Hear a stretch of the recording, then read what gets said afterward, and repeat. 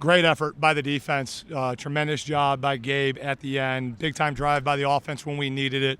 Tons to clean up, but we were just talking about it as a staff and as a team. You know, a year ago we were in the Midwest, we were in MAC country, and we came up short in a game like this. And we've talked a ton about the connection and the culture of this team and their grit and their fight and their toughness, and they found a way today, and that's what matters most. There's tons that we'll clean up. We get the opportunity to go compete again in 6 days, but proud of the effort. Tremendous job by the defense.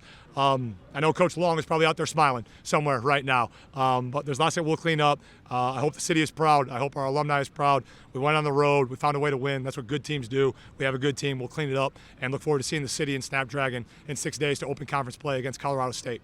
What does it take to win in an environment like this? You've faced Northern Illinois before. They're so prideful. They win at a high rate at home. Yep. What does it take, and what does it mean for your football team to win on the road, like you just said? Tremendous emotional toughness, right? We talked about it a little bit last week after the Cal game, but the emotional toughness to weather the storm, particularly defensively, with the effort that our guys were giving, that, you know, drive after drive after drive, it was just a so what, now what mindset, right? Like, put the ball down, let's go play, we'll get it back. And then the offense, again, like as dirty as it was, as unclean as it was, and with the injuries, not just to Jaden, but with some of the guys up front along the offensive line that we had and the different combinations that we needed to play, like, hey, when we needed it and there was an opportunity that was presented, they found a way to move the ball to get us in the field goal range. And then, again, when it comes down to a kick, we got one of the best kickers in the country, and Gabe put it through the pipes and found a way to score one more point than them.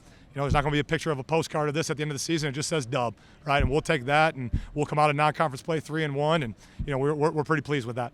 You've talked before about overcoming adversity, and it looked like your team showed that when there was the personal foul on a punt that extended an NIU drive late, yet your defense came up with a timely stop.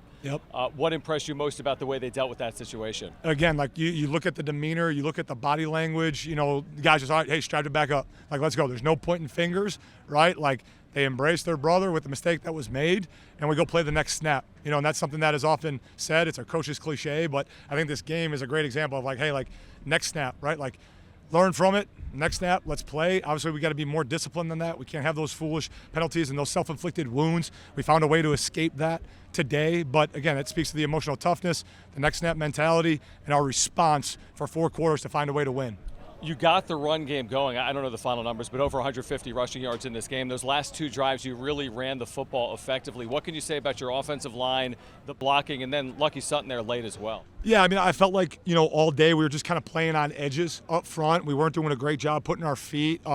Credit to NIU and their scheme. They did a good job being multiple with their fronts and with their movements that led us to being on some of those edges. But, you know, I really believe in our O-line. Coach Schmidt does a tremendous job with those guys. They've developed, they've come together, and you know, did a great job working through the corrections, working through what needed to be done, and then being able to have a back like Lucky and obviously Christian as well. Those 2 guys carrying the workload, I feel like they can deliver good body blows through the course of 4 quarters, and that wears on a defense. So then when you get to the 4th quarter, and, you know, as much, we didn't have a ton of explosive plays, but the total, you know, play count, right, 66, I think that kind of leaned on them a little bit, and we were able to then generate some explosives. Really pleased with the staff, you know, on that 3rd down at the end, to where we went to a non-traditional set, and I think we caught, you know, the other sideline off guard, and we were able to, you know, get a first down that way and then sit on the clock. So again, just a great job. The resiliency, the ability to lean on them, again, not get deterred or dismayed, and to, again, show that emotional toughness, right, to step back into the arena. Everything else didn't matter. It came down to that last drive. Boys executed at a level good enough for us to be able to get the win. Are you feeling the confidence, obviously, not just from your football team, but specifically from the defense when you pitched multiple shutouts? Today, just 3 combined points that came on the first drive of the game.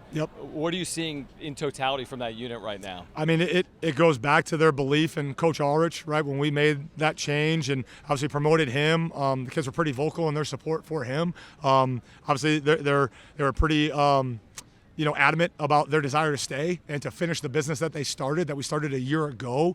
And again, it's the totality of the love that they have for one another, the fight that they're going to have for one another, and the personal pride that they have in their performance, right? So they give up points on the opening drive, and then, man, they locked in, right, and did a tremendous job. So, yeah, I mean, I think momentum's huge, and we have it on our boundary right now, and we got to ride that. We got to continue to sustain it, and our fans coming out on Friday night and creating an unbelievable environment in Snapdragon is going to help cultivate that as well, right? So 6 days, right? Get your tickets. Tons of options available that are out there. I mean, there's a tremendous impact that the fans had against Cal, right? Led to 4 false start penalties or pre-snap penalties against Cal that took points off the board and took them out of field goal range.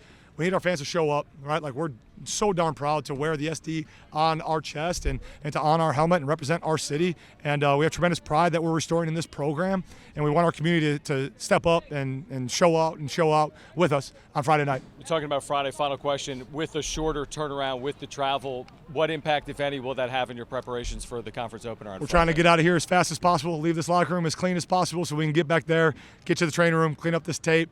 And then tomorrow really becomes kind of a Sunday, Monday mashup day. And then everyone else will be living in their reality on Monday, which is really our Tuesday. So we got to do a great job showing the competitive maturity and respect, right, the process of winning, and have the humility to understand how hard winning is, and all the work that we normally do in 7 days. Again, so what now? What we got to get done in 6 days so that we can put the ball down and go play against a really good Colorado State team.